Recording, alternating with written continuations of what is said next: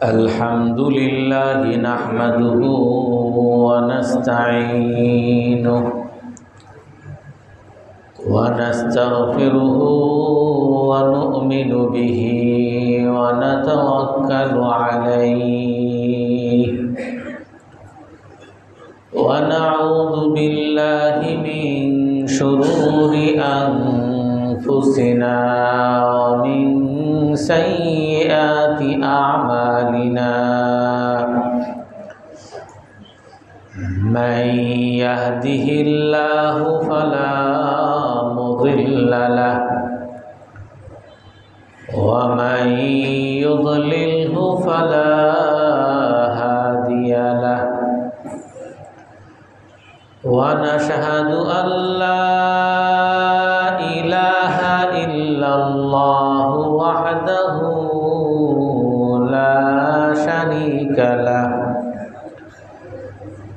ونشهد أن سيدنا ومولانا محمدا عبده ورسوله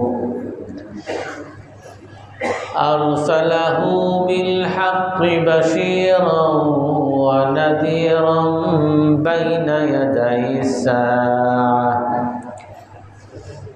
من يطع الله ورسوله فقد رشد واهتدى ومن يعصهما فقد ضل وغوى أما بعد فأعوذ بالله من الشيطان الرجيم بسم الله الرحمن الرحيم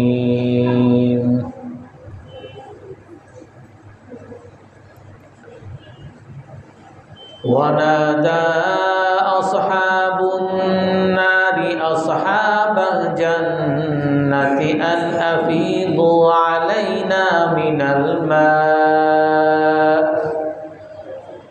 أفيضوا علينا من الماء أو مما رزقكم الله قالوا إن الله حرمهما على الكافرين الذين اتخذوا دينهم لهوا ولعبا وغرتهم الحياة الدنيا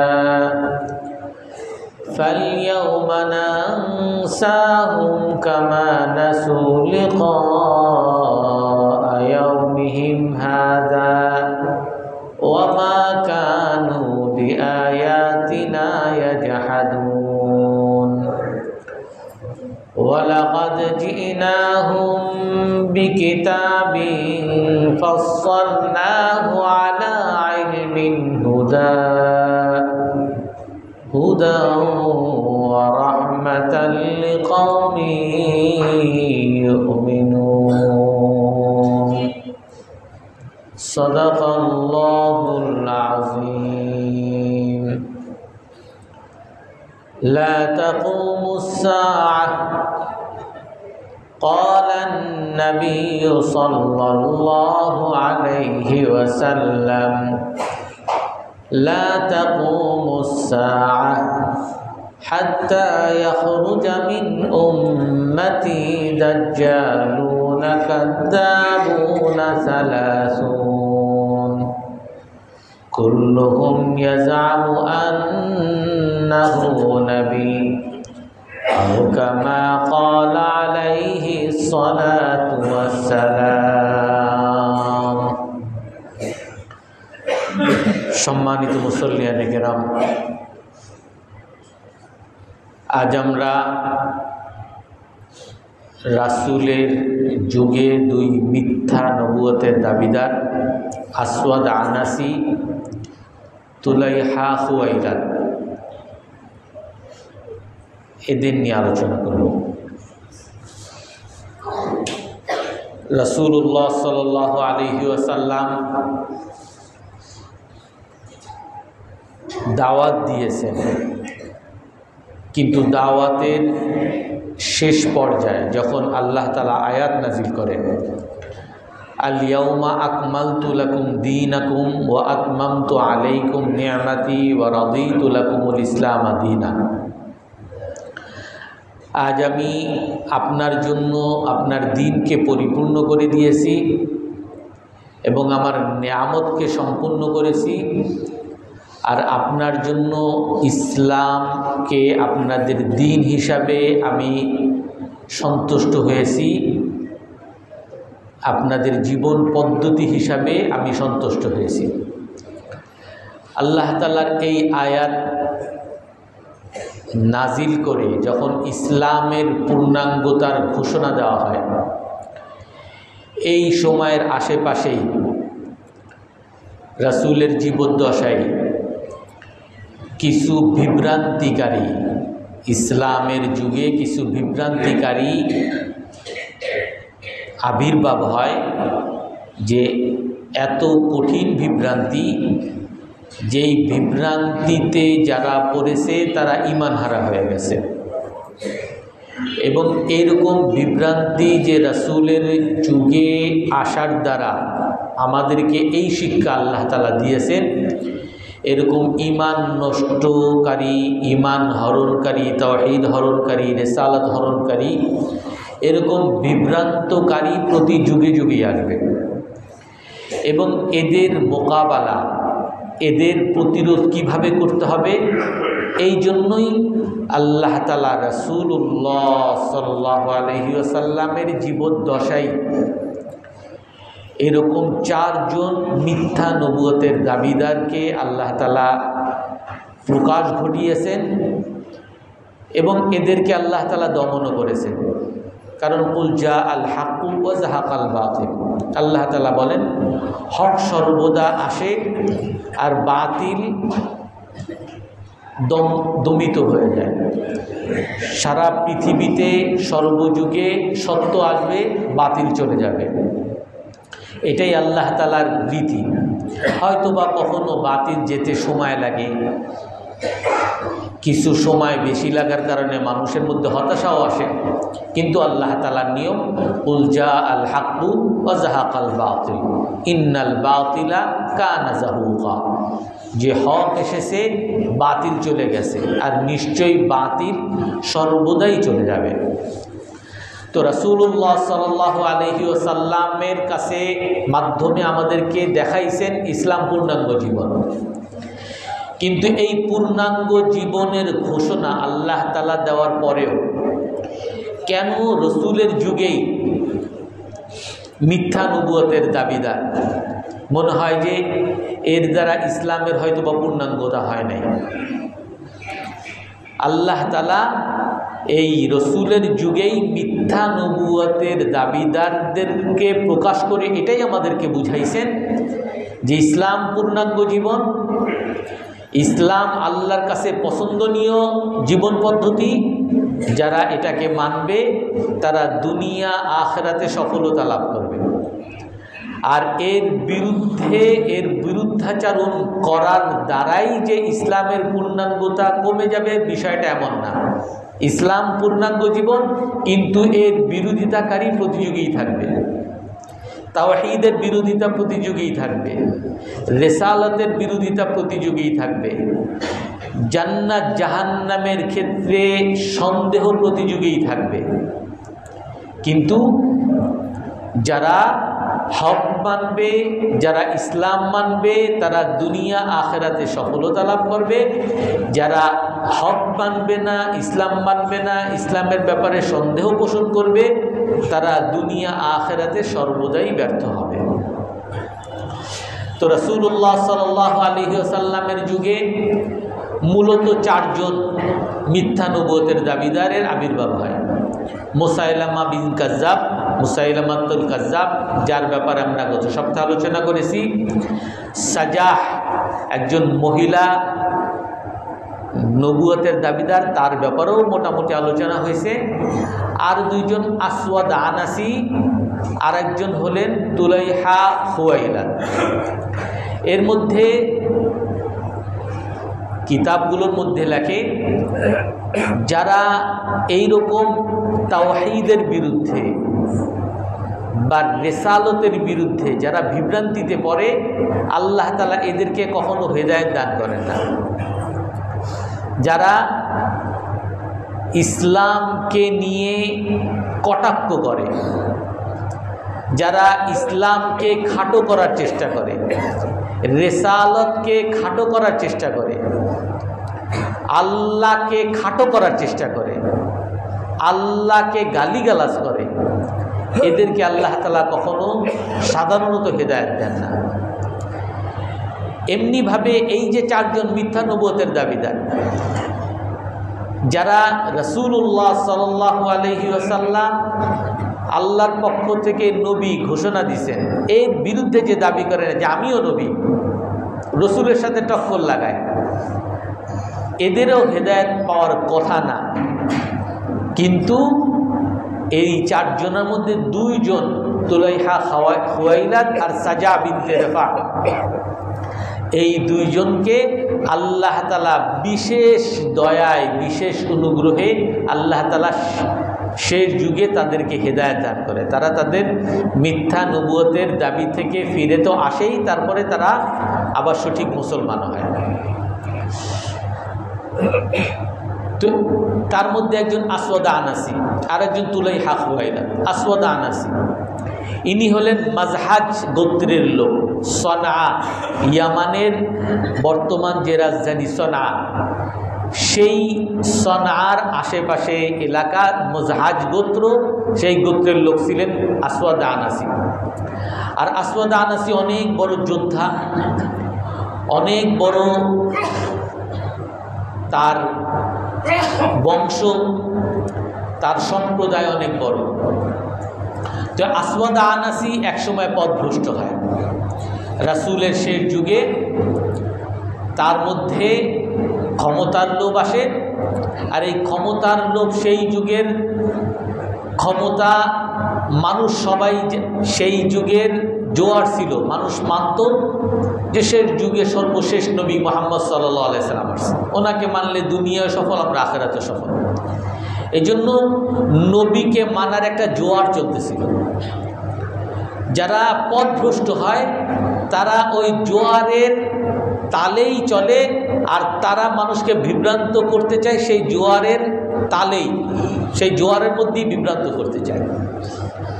তখন সেই যুগে যেহেতু নবীর আবির্ভাব হয়েছে এবং নবীকে সবাই মানতেছে, সারা পৃথিবী থেকে সবাই রাসূলুল্লাহ সাল্লাল্লাহু আলাইহি সাল্লামের রিসালাতকে স্বীকার করতেছে, তো এই জন্য আসওয়াদ আনাসি দেখে যে আমি যদি এইখানে কোনো জায়গা পেতে চাই, কোনো ক্ষমতা পেতে চাই, তো আমাকেও মিথ্যা নবুয়তের দাবি করতে হবে। তো সেও মিথ্যা নবুয়তের দাবি করে। আর তার মিথ্যা নবুয়তের দাবির ক্ষেত্রে সহযোগিতা দুইটা বিষয় করে। একটা হলো তার গোত্রের লোক, যারা তাকে নেতা মানত অন্ধভাবে, তার নেতা যা বলে এটাই সঠিক, নেতারে সেজদা করে যদি আমার জাহান্নামে যাওয়া লাগে তাও যাব, এই ধরনের তার অনুসারী। তো তার অনুসারীরা তার অন্ধ ভক্ত ছিল, অন্ধ অনুসারী ছিল। তার সম্প্রদায় ধর্মান্ধ সম্প্রদায় ছিল। আর দ্বিতীয় বিষয় হলো এই আসওয়াদ আনাসির সাথে জিনের কানেকশন ছিল, শয়তানের কানেকশন। শয়তান তাকে সহযোগিতা করত, শয়তান তাকে বিভিন্ন খবর পৌঁছাইতো যেগুলো সাধারণ মানুষের কাছে থাকতো না। তো মানুষ এই সকল খবর শুনে মনে করতো যে তার কাছে আল্লাহর পক্ষ থেকে ওহী আসছে, নাউজুবিল্লাহ জানি। তো এই দুইটা বিভ্রান্তি নিয়ে এই আসওয়াদ আনাসি সে তার অনুসারী জোগাড় করে যে আমি নবী। তো তার যারা সম্প্রদায়ের লোক তারা সবাই তাকে মানে, এবং তাদের কাছে বিভিন্ন রকম বিভ্রান্ত করার জন্য, তাদেরকে প্রতারিত করার জন্য সে তার সেই শয়তানের মাধ্যমে বিভিন্ন খবর আনত, তার খবর নিয়ে তাদেরকে বলতো, তারাও চিন্তা করতে এই খবর তো আমরা কেউ জানি না। সে তার অনুসারী যারা থাকতো তার বাড়ির খবর নিত, তার ছেলে অসুখ বা তার মেয়ে অসুখ, তার ভাই অসুখ, এইসব খবর নিয়ে শয়তান তাকে এইসব খবর দিত। তো ওই লোক যখন আসতো যে তোমার বাসায় তোমার ছেলে অসুস্থ, বলে আমার ছেলে অসুস্থ, গিয়ে দেখতো সত্যি আসলে সে ছেলে অসুস্থ, তার সাথে থাকা জিন তাকে এই খবর দিয়ে দিত। আর এই তার অনুসারীদের মধ্যে যখন এই খবর শুনতো যে আরে আমার বাড়ির খবর তো আমার নেতা জানে, তো আরও বেশি অনুসারী হয়ে যেত। তো যার ফলে তার সম্প্রদায়ের লোকরা তার অন্ধ অনুসারী হয়ে যায়।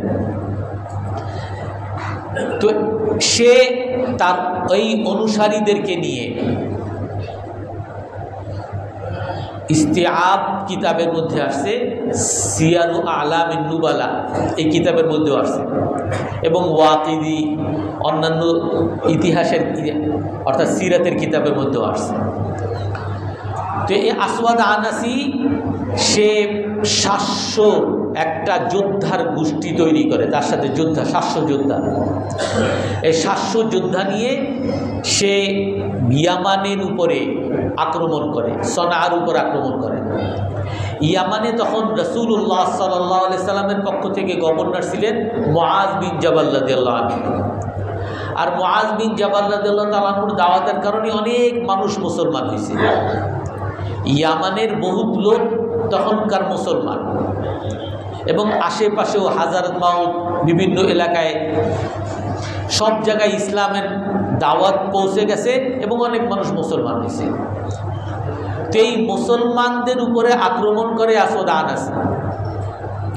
তো আসওয়াদ আনাসির সাথে 700 যোদ্ধা, প্রশিক্ষিত যোদ্ধা, অন্ধ অনুসারী যোদ্ধা। তো এই যোদ্ধাদের মোকাবেলায় সাহাবি যদিও ছিলেন, কিন্তু সাহাবি একজন, তার সাথে মুসলমান তারাও অল্প কিছু সাধারণ মানুষ। ওইরকম রসুলের পক্ষ থেকে কোনো সাহাবাদের দল বা কোনো যোদ্ধার দল, যুদ্ধের জন্য আসা প্রস্তুতি নেওয়া দল, কোনো দল ছিল না। তো যার ফলে ওই আসওয়াদ আনাসির মোকাবেলায় মুসলমানরা তখন দাঁড়াইতে পারেনি। তো যার কারণে মুআজ বিন জাবাল রাদিয়াল্লাহু তাআলা আনহু পার্শ্ববর্তী একটা এলাকা হাজার মাউল, যেখানে আবু মুসা আশআরী রাদিয়াল্লাহু তাআলা আনহু ছিলেন, সেখানে চলে গেছেন। এবং ইয়ামানের যেই সকল মুসলমানরা ছিলেন তাদের সাথে যেহেতু মোকাবেলা করে আর পারেন নাই, তো তারা অনেক কিছু মানুষ তার এইসব অলৌকিক শয়তানি প্রতারণার কাজকর্ম দেখে কিছু মানুষ বিভ্রান্ত হয়, মোরতাদ হয়। আর অনেক মানুষ গোপনে মুসলমান থাকে, প্রকাশ্য আর তার বিরোধিতা করে না, তার প্রতিরোধ করে না, কিন্তু সবাই মুসলমান। অনেক মানুষ এরকম থাকে মুসলমান। তো ওই সময় সনার যিনি বাদশাহ ছিলেন, রাজা ছিলেন শাহর বিন জাওজাদ। তো আসওয়াদ আনাসির মোকাবেলা করার জন্য ওই শাহর বিন জাওজাদের দল ছিল, তারা তার সাথে মোকাবেলা করে, কিন্তু মোকাবেলা করে আসওয়াদ আনাসির সাথে পারে না। ওই শাহর বিন জাওজাদকে তারা আসওয়াদ আনাসি হত্যা করে ফেলে। এবং শাহর বিন জাওজাদের বড় গোষ্ঠী ছিল সনায়, তখন ইয়ামানে। সেই গোষ্ঠীর লোকরাও তার সাথে যুদ্ধ করে। তো অনেক মানুষ নিহত হয়, আর যারা না পারে তারা সেখান থেকে পালিয়ে যায়। এবং সেই গোষ্ঠীর শাহর বিন জাওজাদের গোষ্ঠীর 2 জন বিশেষ করে বড় যোদ্ধা, ফাইরুজুদ দাওলামি আর আরেকজন কায়েস মাদি কারাম, এরাও ওই আসওয়াদ আনাসির সাথে যোগ দেয়। এবং তাদের মধ্যেও ক্ষমতার লোক ছিল। তো তারা সবাই মিলে এই সনাকে, ইয়ামানের সনাকে দখল করে নেয়। আসওয়াদ আনাসি ওইখানকার যে গভর্নর ছিল শাহর বিন জাওজাদ, তাকে হত্যা করে, তার স্ত্রীকে জোর করে সে বিয়ে করে, এবং তার আত্মীয় স্বজন অনেককে হত্যা করে। তো আসওয়াদ আনাসি সে তার সিংহাসন, ওই শাহর বিন জাওজাদের সিংহাসন দখল করে সেখানেই থাকা শুরু করে। তো তার সাথে যারা 2 জন ছিল, ফাইরোজ আর কায়েস মাদি কারাব, এরাও তার সাথে বিভিন্ন ক্ষেত্রে সহযোগিতায় ছিল। কিন্তু আসওয়াদ আনাসি যখন দেখে যে সে ক্ষমতা দখল করে ফেলছে, তো সে তার আর ক্ষমতার ভাগ আর কাউকে দেয় না। না দেওয়ার কারণে ফাইরোজ আর মাদি কারাব তারাও ভিতরে ভিতরে রাগ হয় তার সাথে, যদিও তার সাথী আছে কিন্তু তার সাথে ভিতরে ভিতরে রাগ। এদিকে রাসূলুল্লাহ সাল্লাল্লাহু আলাইহি সাল্লামের কাছে খবর গেছে যে একজন সানায় মিথ্যা নবুয়তের দাবিদার জাহির হয়েছে আসওয়াদ আনাসি, এবং তার সাথে মোকাবেলা করা হয়েছে, পারা যায় না, মুসলমানরা চুপচাপ রয়েছে। তো রাসূলুল্লাহ সাল্লাল্লাহু আলাইহি ওয়াসাল্লাম এক সাহাবীকে দিয়ে মুসলমানদের কাছে খবর পাঠাইছে যে তোমরা এই ভণ্ড প্রতারক মিথ্যুকের প্রতিরোধ তোমরা করো, তোমরা যেভাবে পারো তার প্রতিরোধ করো। রাসূলুল্লাহ সাল্লাল্লাহু আলাইহি ওয়াসাল্লাম শুধু খবর পাঠাইছেন, তখনও কোনো জামাত তাকে দমন করার জন্য কোনো দল তখনও পাঠান নাই। তো এই খবর যখন মুসলমানদের কাছে, ইয়ামানের মুসলমানদের কাছে আসে, তখন তারা সবাই রাসূলের এই চিঠি পেয়ে তারা সবাই একতাবদ্ধ হয়ে যায় যে এই ভণ্ড, এই প্রতারককে দমন করতে হবে, কিন্তু তার তো অনেক যোদ্ধা আছে, তার প্রতিরোধ কেমনে করবে। তো এই মুসলমানরা যখন এই সমস্ত আলোচনা করতেছিল, এর মধ্যে ওই যে তার দুই সহযোগী ফাইরোজুদ দাইলামি আর কাইস মাদি কারাব, এই সহযোগীদের সাথেও তাদের দেখা হয়, এবং ফাইরুজুদ দাওলামি সেও ইসলাম গ্রহণ করে, কিন্তু একটা সময় তার মধ্যে ক্ষমতার লোভ আসে। তো তাকে বোঝানোর চেষ্টা করে যে এ তো মিথ্যা নবুয়তের দাবিদার, এ তো মিথ্যুক, রাসূলুল্লাহ সাল্লাল্লাহু আলাইহি ওয়াসাল্লাম আমাদেরকে বলছেন একে দমন করতে হবে। তো ফাইরুজ বলে ঠিক আছে, আমাকে সময় দাও, আমি তাকে দমন করার জন্য চেষ্টা করতেছি। তো ফাইরুজ আর কায়েস এরা দুজন তার সঙ্গী,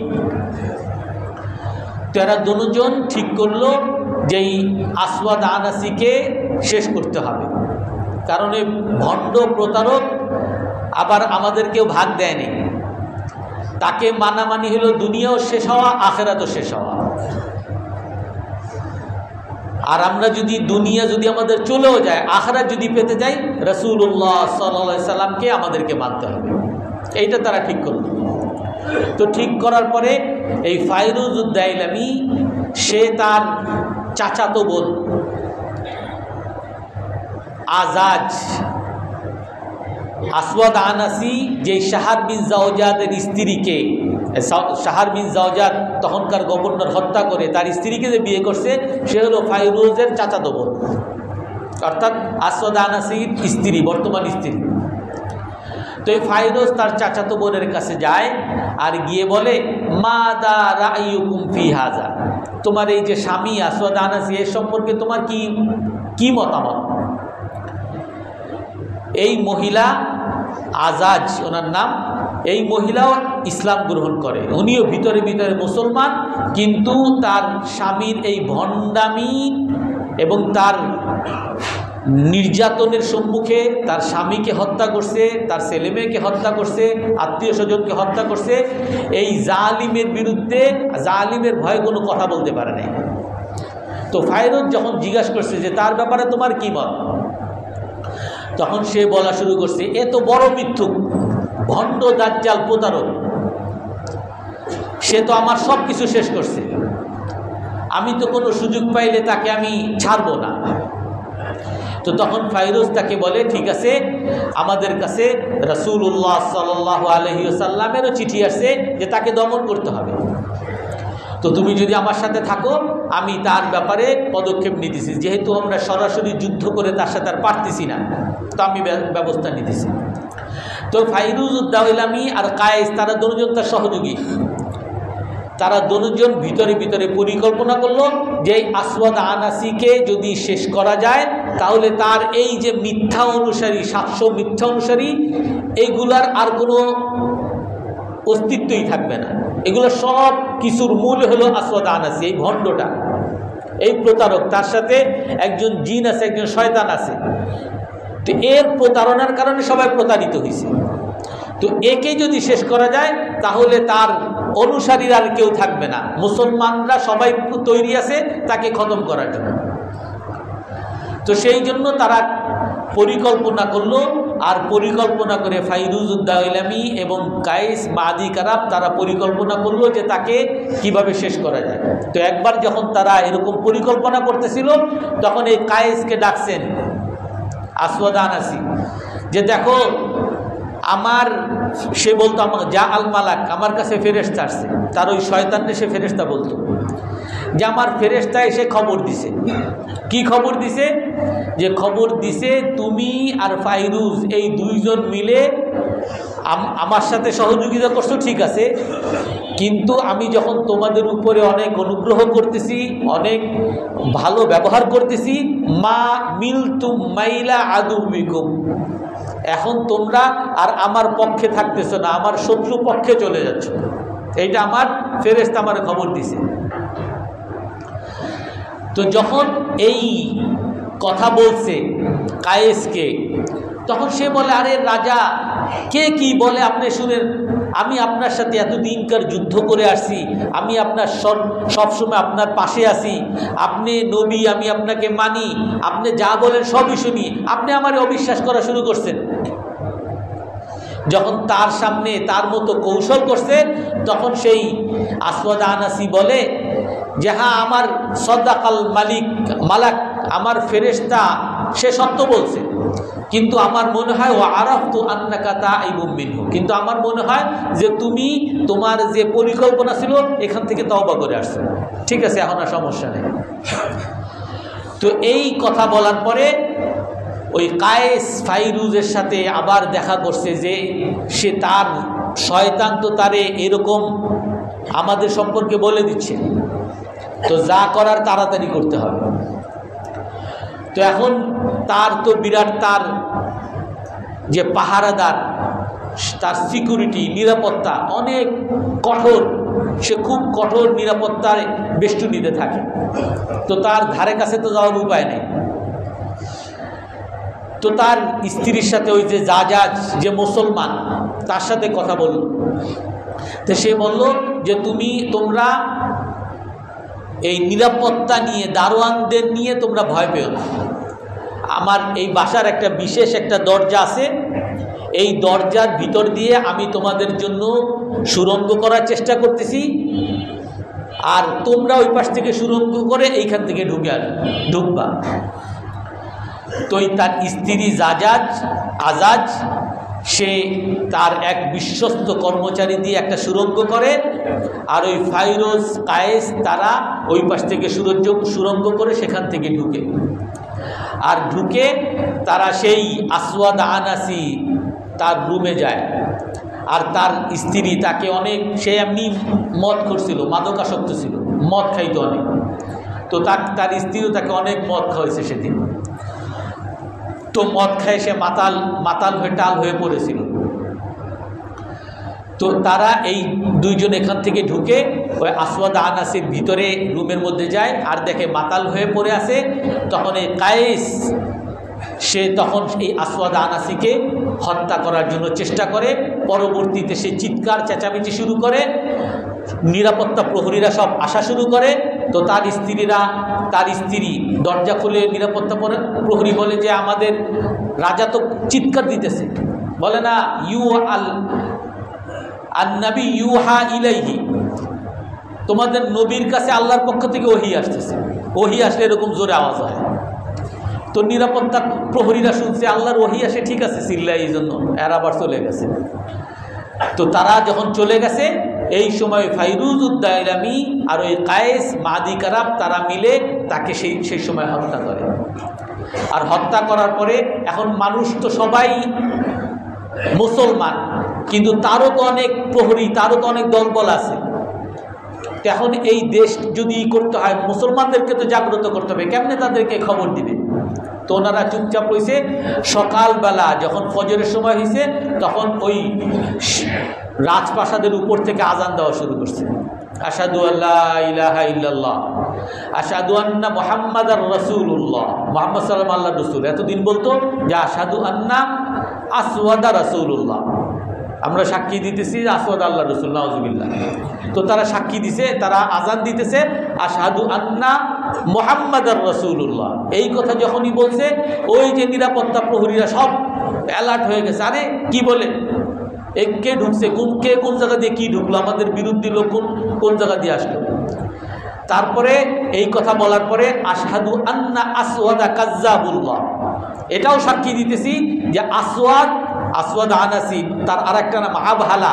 এই আবহালা সে আল্লাহর পক্ষ থেকে মিথ্যুক, সে কোনো নবী না, মিথ্যা নবুয়তের দাবিদার, ভণ্ড। এই কথা বলার সাথে সাথে তারা ওই আসওয়াদ আনাসির যে লাশটা উপর থেকে ফেলে দিছে। আর এই ফেলে দেওয়ার পরে যারা নিরাপত্তা প্রহরী বা তার দলবল যারা অনেক উৎসাহ নিয়ে আগাইছিল, তার লাশ দেখেই সবাই পালাইছে। আর মুসলমানরা সব একত্রিত হয়েছে যে এই আল্লাহ তাআলা এই মিথ্যুক ভণ্ড প্রতারককে আল্লাহ তাআলা দমন করছে। তো সমস্ত মুসলমান একত্রিত হয়েছে। আর ওই সময় তারা ঘোষণা দিছে, মান দাখালা ফীহি দাখিলুন ফাতাআল্লাকু বিহি, তোমাদের যাদের ঘরের মধ্যে কোনো অপরিচিত লোক দেখো তাকেই ধরে আটক করো। আর এইভাবে এই আসওয়াদ আনাসির যত লোক ছিল তাদের সবাইকে আটক করা হয়েছে। এবং যারা কেউ যুদ্ধ করতে চায় না, অনেকেই পালিয়ে গেছে, আর অনেককেই আটক করা হয়েছে। এইভাবেই আসওয়াদ আনাসির এই যে ফেতনা তখন শেষ হয়ে যায়। আর এই আসওয়াদ আনাসি যেই রাতে নিহত হয়, রাসূলুল্লাহ সাল্লাল্লাহু আলাইহি ওয়াসাল্লাম ওই রাতে সাহাবাদেরকে সুসংবাদ শুনাইছিলেন, কাতালাহুল আসওয়াদ আল আনাসি, কাতালাহু রাজুলুন মুবারাকুন মিন বাইতিন মুবারাকিন। যখন সেই আসাদ আনাসি যেই রাতে মারা যায়, যেই রাতে নিহত হয়েছে, ওই সময় সাহাবাদেরকে সুসংবাদ শুনাইছেন যে আল্লাহ তাআলা এই যে ভণ্ড প্রতারক যে আসওয়াদ আনাসির যে আবির্ভাব হয়েছিল, আল্লাহ তাআলা তাকে হত্যা করে দিয়েছেন। আর তাকে একজন মুবারক লোকের, মুবারক পরিবারের মুবারক লোক, অর্থাৎ ফাইরুজুদ দাইলামি, একজন বড় সাহাবী, আল্লাহ তাআলা তার মাধ্যমে তাকে হত্যা করেছে। এবং রাসূলুল্লাহ সাল্লাল্লাহু আলাইহি ওয়াসাল্লাম ইতিহাসের কিতাবের মধ্যে আসে, ওই দিন আসওয়াদ আনাসি যেই দিন মারা যায়, তার পরের দিন সকালেই দুনিয়া থেকে ইন্তেকাল করেন। তো আসওয়াদ আনাসি যে নিহত হয়, এই সংবাদ নিয়ে যখন গেছে মদিনায় গিয়ে তখন আর রাসূল সাল্লাল্লাহু আলাইহি ওয়াসাল্লাম নাই। তো হযরত আবু বকর রাদিয়াল্লাহু তাআলা আনহুর কাছে এই চিঠি আসছে যে আসওয়াদ আনাসি দুনিয়া থেকে আল্লাহ তাআলা মিটিয়ে দিয়েছেন। তো আবু বকর রাদিয়াল্লাহু তাআলা আনহু এই খবর শুনে সিজদায় পড়ে যান। এবং তখনও মুসাইলামার সমস্যা তখনও ছিল। মুসাইলামার তার পরবর্তীতে খালিদ ইবনুল ওয়ালিদ রাদিয়াল্লাহু তাআলা আনহুর নেতৃত্বে মুসাইলামাতুল কাজ্জাবকে দমন করার জন্য আবু বকর রাদিয়াল্লাহু তাআলা আনহু তখন একটা দল পাঠান, জামাত পাঠান। তারপরে মুসাইলামাকে এই সাহাবারা গিয়ে হত্যা করে এবং তাকে দমন করে। আর এই খবরও যখন আসে, তখন আবু বকর রাদিয়াল্লাহু তাআলা আনহু সিজদাতে শুকর করেন, সিজদা করেন। আসওয়াদ আনাসির সময়ও শুকুরের সিজদা করেন, আর মুসাইলামার খবর শোনার পরও শুকুরের সিজদা করেন। এটা হলো আসওয়াদ আনাসি যে মিথ্যা নবুয়তের দাবিদার ছিলেন, তার মোটামুটি সংক্ষিপ্ত ঘটনা। আর একজন তুলাইহা খুয়াইলা, ইনি ছিলেন বনু আসাদ গোত্রের একজন। তুলাইহা খুয়াইলা উনি বড় বীর যোদ্ধা। উনিও একসময় ওনার এলাকার যারা ছিল তারা ওনার এরকম মিথ্যা অন্ধ অনুসারী, ওনার মধ্যেও ক্ষমতার লোভ আসছে। তো ক্ষমতার লোভ আসার কারণে উনিও একসময় এরকম মিথ্যা নবুয়তের দাবি করে। তো মিথ্যা নবুয়তের দাবি করলে সেখানকার মুসলমানরা তার প্রতিরোধ করে, মুসলমানদেরকে সে দমন করে নাজরান নামক এলাকায়। তো সেই নাজরান নামক এলাকায় মুসলমানরা তার বিরুদ্ধে দাঁড়ায়, আর সেও তাদের উপর এভাবে পাল্টা আক্রমণ চলতে থাকে। হযরত আবু বকর রাদিয়াল্লাহু আনহু যখন এই তুলাইহা খুয়াইলাদের খবর শুনেন, তখন দুইজন বড় বড় সাহাবীকে পাঠান, উকাশা ইবনে মুহসিন আর একজন সাহাবি, এই দুইজন সাহাবিকে রাসূলুল্লাহ সাল্লাল্লাহু আলাইহি ওয়াসাল্লাম পাঠান। তারপর রাসূলুল্লাহ সাল্লাল্লাহু আলাইহি ওয়াসাল্লাম দুনিয়া থেকে ওফাত হয়। এই দুই সাহাবি যখন তার কাছে আসে এবং তার দরবারে যায়, তার দরবারে গিয়ে বলে হে তুলাইহা, তাকে বোঝানোর চেষ্টা করে, দাওয়াত দেওয়ার চেষ্টা করে। তো সে বলে যে না, আমিও আল্লাহর নবী। তোমরা কি স্বীকার করো না? হে ওকাশা, তুমি স্বীকার করো না যে আমি আল্লাহর নবী? তখন সে বলে ফি উদুনি সম্মুন, আমার কানে বয়রামি আছে, আমি শুনি না তোমার কথা। তখন আবার জিজ্ঞেস করে আতাশহাদু আন্না মুহাম্মাদুর রাসূলুল্লাহ, তুমি কি এই কথা শুনো যে মুহাম্মদ সাল্লাল্লাহু আলাইহি ওয়াসাল্লাম আল্লাহর রাসূল?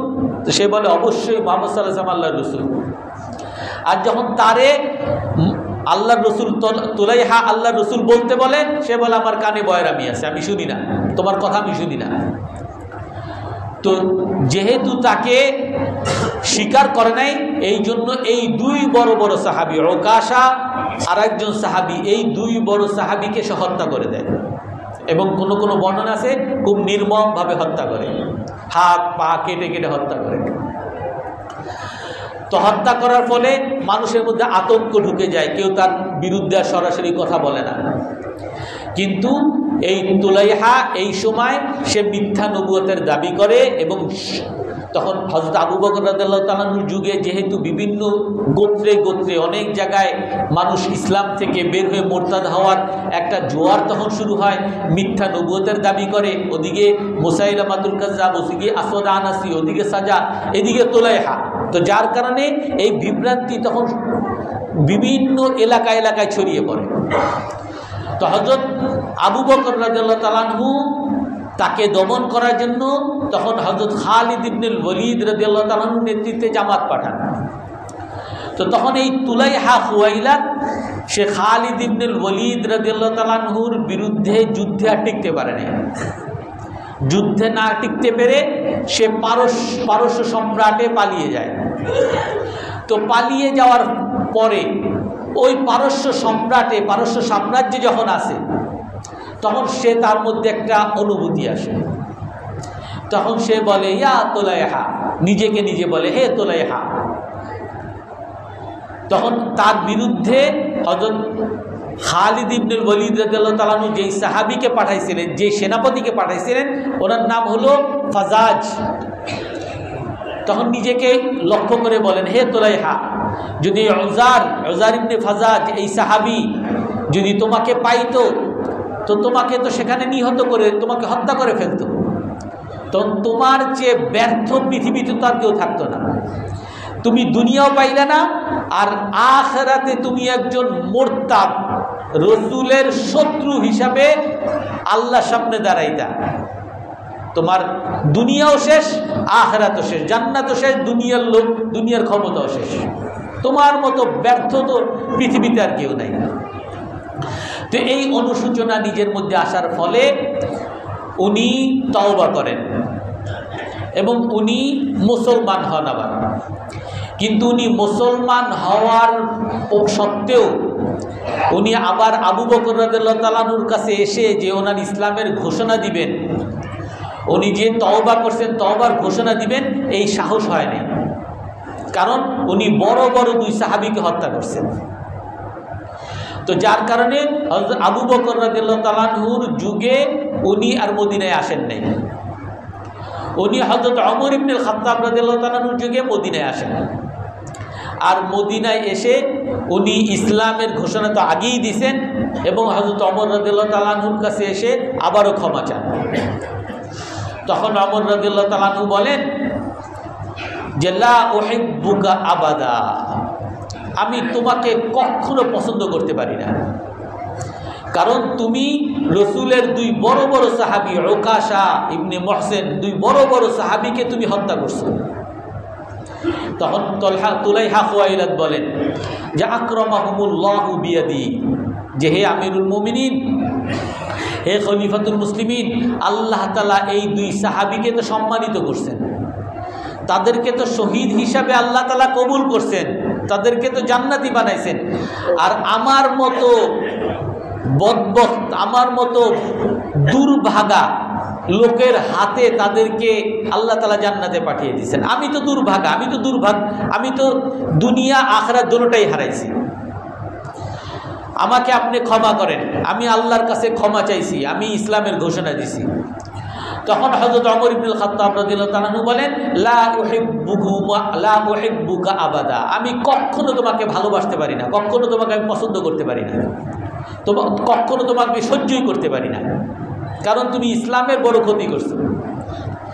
তখন এই তুলাইহা খুয়াইলাদ বলেন, ইন্নান নাসা লা ইয়াতাআশারুনা মাআল বুগাদা ওয়া মুআশারাতুন জামিলা।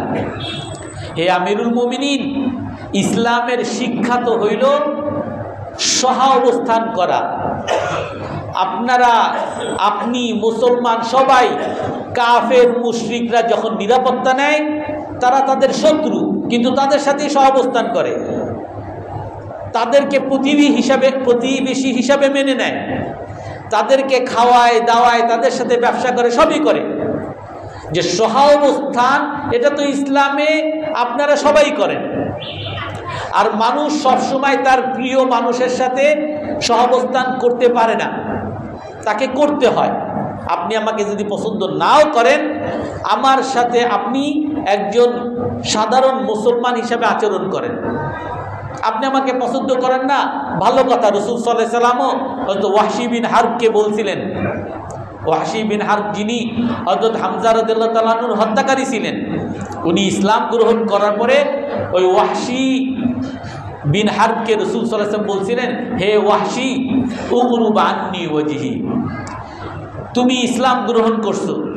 যখন ইসলাম গ্রহণ করার জন্য আসে, তখন এক সাহাবী বলেন, হে আল্লাহর রাসূল, আপনি অনুমতি দেন, এই ওয়াহশী আসছে, ওয়াহশীরে আমি হত্যা করে দেই, ইসলামের শত্রু সে, হত্যা করে দেই। তখন রাসূল সাল্লাল্লাহু আলাইহি ওয়াসাল্লাম বলেন, লা ইসলামু রাজুলিন আহাব্বু ইলাইয়া মিন কাতলি আলফি কাফির, একজন মানুষ মুসলমান হওয়া আমার কাছে 1000 কাফেরকে হত্যা করার চেয়েও বেশি প্রিয়। এই ওয়াহশী সে যত বড়ই কাফের হোক, যত বড়ই ইসলামের শত্রু হোক, কিন্তু সে যদি ইসলাম গ্রহণ করে, এটাই আমার কাছে প্রিয়। সেই ওয়াহশী যখন ইসলাম গ্রহণ করে, তখন রাসূল সাল্লাল্লাহু আলাইহি ওয়াসাল্লাম তাকে বলেন, হে ওয়াহশী, তুমি তো ইসলাম গ্রহণ করছো, আমার প্রিয় জিনিস, ভালো জিনিস, পছন্দের জিনিস করছো, কিন্তু তুমি দয়া করে উকরুব আন্নী ওয়াজহি, আমার চোখের সামনে আসবে না, কারণ তোমাকে দেখলেই আমার চাচার বিভৎসতার, তার হত্যার বিভৎসতা মনে পড়ে যায়, হয়তোবা তোমার জন্য আমার বদদোয়া চলে আসতে পারে, এই জন্য তুমি আমার চোখের সামনে আসবে না।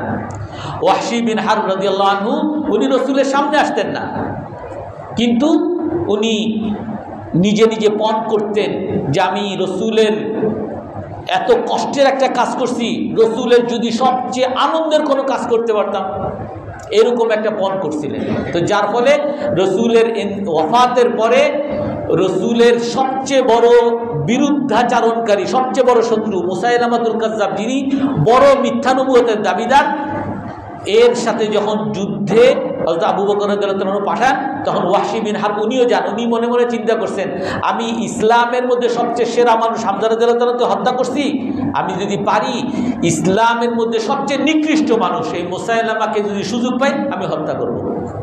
ওই ওয়াহশী বিন হারব ওই মুসাইলামাকে হত্যা করে। তো সেই তুলাইহা হযরত ওমর রাদিয়াল্লাহু তাআলা আনহুকে বলেন যে আমাকে আপনি সহাবস্থান করার সুযোগ দেন। তখন ওমর রাদিয়াল্লাহু তাআলা আনহু ওনার মেনে নেয়, উনি থাকেন, কিন্তু উনি বিভিন্ন জামাতে যেতে চান, বিভিন্ন যুদ্ধে যেতে চান, তো ওনাকে যুদ্ধেও পাঠান। কিন্তু ওনাকে যেই যুদ্ধেই পাঠাইছেন, যুদ্ধে পাঠানোর পরে বিশেষ করে কাদিসিয়ার যুদ্ধে সাদ ইবনে আবি ওয়াক্কাস রাদিয়াল্লাহু তাআলার নেতৃত্বে পাঠাইছেন। আর উনি ওখানে তুলাইহা খাওয়াইলাদ, ওখানে পারস্য, তখনকার সবচেয়ে বড় শক্তি ছিল পারস্য সাম্রাজ্য, তাদের বিরুদ্ধে খুব কঠোর যুদ্ধ করছেন। যে উনি নিজ হাতে, এক হাতে 7000 পারস্য বাহিনীকে উনি নিজ হাতে হত্যা করেন। উনি বড় ইসলামের জন্য অনেক বড় কাজ করছেন। কিন্তু ওনাকে সাদ ইবনে আবি ওয়াক্কাস রাদিয়াল্লাহু তাআলা আনহুর ওই যুদ্ধে পাঠানোর পরেও হযরত ওমর রাদিয়াল্লাহু তাআলা আনহু বড় বিচক্ষণ, উনি ওনার কাছে চিঠি পাঠিয়ে দিয়েছেন, হে সাদ ইবনে আবি ওয়াক্কাস, হে সেনাপতি, আনিস্তাশিরহুমা ওয়ালা তুওয়াল্লি আমরাহুমা, যে দেখো এই দুইজন তুলাইহা খুয়াইলাদ আর কায়েস। তুলাইহা খুয়াইলাদ সে হলো মিথ্যা নবুয়তের দাবি করছিল ক্ষমতার লোভে, পরে আবার ইসলাম গ্রহণ করছে। আর কায়েস যে ওই আসওয়াদ আনাসির সঙ্গী ছিল, পরে আসওয়াদ আনাসির আবার বিরুদ্ধে কাজ করছে। আসওয়াদ আনাসিকে হত্যার ক্ষেত্রে তার বড় একটা অবদান ছিল। এই দুইজনের ব্যাপারে ওমর রাদিয়াল্লাহু তাআলা আনহু চিঠি পাঠাইছেন যে এই দুইজনের কাছ থেকে তুমি যুদ্ধের কলা কৌশল সম্পর্কে পরামর্শ নিতে পারো, কিন্তু তাদেরকে কোনো দায়িত্ব দিবা না। কেন? কারণ তাদের মধ্যে লোভ আছে, যেই লোভ তাদেরকে একবার পথভ্রষ্ট করছিল। এই জন্য ভবিষ্যতেও যে আবার এই লোভের কারণে পথভ্রষ্ট যে হবে না, এটার কোনো নিশ্চয়তা আমি দিতে পারি না, কারণ আমি নবী না, আমার কাছে ওহী আসে না। এই জন্য তাদেরকে কোনো দায়িত্ব দিবে না, তাদের কাছ থেকে পরামর্শ নিবে। তো যার ফলে ওই তুলাইহা খুয়াইলাদ এবং কায়েস এই দুজন ইসলামের জন্য কাজ করেছেন এবং তারা আন্তরিকভাবে মুসলমান হয়েছেন এবং ভালো ইসলামের জন্য বড় অবদান রাখছেন এবং ইসলামের জন্য তাদের অনুতপ্ত স্বরূপ ইসলামের অনেক কাজ করেছেন। আর যার কারণে কিতাবের মধ্যে লেখা হয় এই তুলাইহা খুয়াইলাদ যদিও সে মিথ্যা নবুয়তের দাবি করেছিল, কিন্তু সে এমন তওবা করছে আর এই তওবার জন্য সে এত কাজ করেছে যে আল্লাহ তাআলা তার তওবাকে কবুল করে তাকেও হয়তো সাহাবী বানাইছেন। কয়েস ওনাকেও রাদিয়াল্লাহু আনহু বলা হয়, তুলাইহাকেও রাদিয়াল্লাহু আনহু বলা হয়, অর্থাৎ দুজনকে সাহাবী হিসাবে ঘোষণা দেওয়া হয়। তো আল্লাহ তাআলা আমাদের সকলকে এই যে যারা মিথ্যা বিভ্রান্তিকারী যারা আছে, এই আমাদের বর্তমান যুগেও আছে, আপনারা জানেন এই সপ্তাহেও কিছু বাউল আমি কিছু আলোচনা করতে চেয়েছি, আজকে যেহেতু সময় নেই। এই বাউলদের আলোচনার মধ্যে তাদের চিন্তা চেতনা, তাদের কাজকর্মের মধ্যে পুরো আল্লাহকে গালিগালাজ করা চিন্তা চেতনা তাদের মধ্যে, রাসূলকে গালিগালাজ করা চিন্তা চেতনা। তাদের কাজ হলো, সমস্ত কাজ হলো মাদক নিয়ে। এই যে আমাদের সামনে উনি আছেন, ওনার বাড়ি কুষ্টিয়া, ওনার এলাকায় আমি গেছিলাম, ওই মাদকের আখড়া, লালনের আখড়া, ওখানে সবাই যত বাউল আছে সব হলো মাদকাসক্ত। এইটা দিয়ে তারা নাকি আধ্যাত্মিকতা সাধন করে। এবং আরো এই বাউলদের আরেকটা সবচেয়ে বড় খারাপ জিনিস, তাদের ধর্মের মধ্যে, তাদের চিন্তা চেতনা মতবাদের মধ্যে আছে যৌনতা। তারা নারীদেরকে নিয়ে, নারীদেরকে ব্যবহার করে, আর এইটার মধ্যে তারা নাকি সাধনা খুঁজে পায়। তারা প্রেম বাজা, বিভিন্ন ধরনের এই যৌনতার বিভিন্ন ক্রিয়াকর্ম তাদের মধ্যে আছে। এই ধর্মান্ধ গোষ্ঠী হলো এই বাউলের গোষ্ঠী। কিন্তু দুঃখ লাগে যখন আমাদের মধ্যে অনেক মানুষ না জেনে এই ধর্মান্ধ গোষ্ঠীর বিরুদ্ধে যে মুসলমানরা, আল্লাহর পক্ষের সৈনিকরা দাঁড়ায়, এদেরকে যখন এরা ধর্মান্ধ বলে, এইটা বড় দুঃখ লাগে। আমরা সবাই আল্লাহ রসুলের পক্ষে থাকবো তো ইনশাআল্লাহ। আল্লাহ তাআলা আমাদের সকলকে আমল করার তৌফিক দান করুন।